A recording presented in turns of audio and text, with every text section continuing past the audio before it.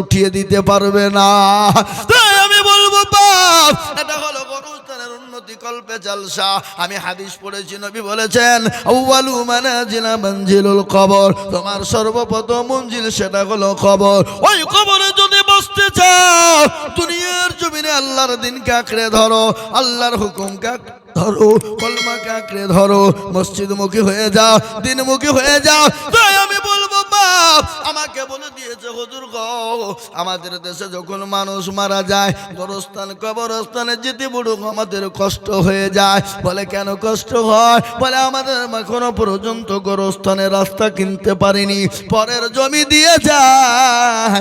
আমি আপনাদেরকে বলবো, ও বিলপাড়ার মানুষেরা, যদি কালকে আপনার রাস্তাটা আপনার বাপ মারা যায় যদি বন্ধ করে দেয়, যদি নিয়ে যেতে না দেয়, আপনি তো যেতে পারবেন না, আপনার তো ক্ষমতা না। আপনাকে যদি কোনো পর্যন্ত অনুমতি না দিবে, আপনি জবরদস্তি করে যেতে পারবেন না। তাই গোরস্থানের রাস্তা কেনার জন্য বহু টাকার প্রয়োজন। আমাকে কমিটির লোক বলল হুজুর গো, গোরস্থানের রাস্তা কেনার জন্য আপনি একটু হাত পাতবেন নবীর মেহমানদের কাছে, আল্লাহর বান্দাদের কাছে একটু বলবেন গোরস্থানের জন্য ইনশাল্লাহ কিছু না কিছু দেবে। তাই আমি আপনাদেরকে বলবো, লম্বা চওড়া বয়ান নয়, ও মুসলমান দরদি গো, বহু টাকা বহু দিকে চলে যায়, বেবি বাচ্চা ছেলে মেয়ের পিছনে চলে যায়, আত্মীয়র পিছনে চলে যায়, বন্ধু বান্ধবের পিছনে চলে যায়। আপনার নিজের আসল ঘরকে তৈরি করার জন্যে, কবরকে নিজের সুন্দর বানানোর জন্যে, কবরস্থানে যাওয়ার জন্যে, সুন্দর করে রাস্তা করার জন্যে অনেকের বাপ চলে গেছে, অনেকের মা চলে গেছে, অনেকের ভাই চলে গেছে, অনেকের বন্ধু চলে গেছে, অনেকের কলেজের টুকরা সন্তান চলে গেছে। আমরাও যে কালকে যাব না এ জীবনে কেউ গ্যারান্টি দিতে পারবে না। গত পরশু দিনের ঘটনা আমার চোখে পড়ে গেল বাবা, আল্লাহু আকবার। 34 নম্বর জাতীয় সড়কের মধ্যে একজন সুদর্শন যুবক,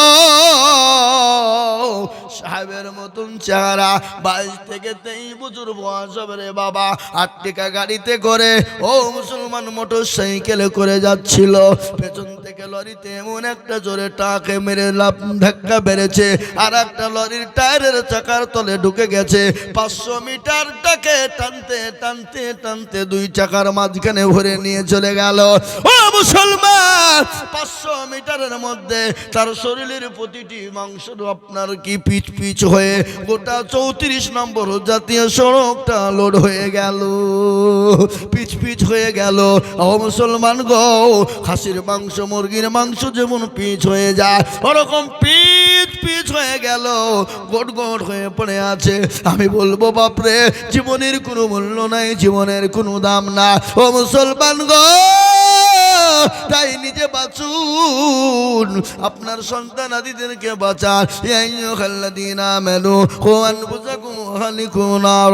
ও ইমানদারেরা, নিজে বাঁচো, সন্তান আদি আত্মীয় স্বজন মা বাপদেরকে বাঁচাও। কোথা থেকে বাঁচাবা?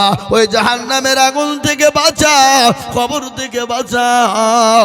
তাই কবরকে তৈরি করার জন্যে, গোরস্থানকে সুন্দর করে বানানোর জন্যে আমি আপনাদের কাছে 50,000 টাকা চাইবো না, 20,000, 25,000, 30,000 করে চাইবো না।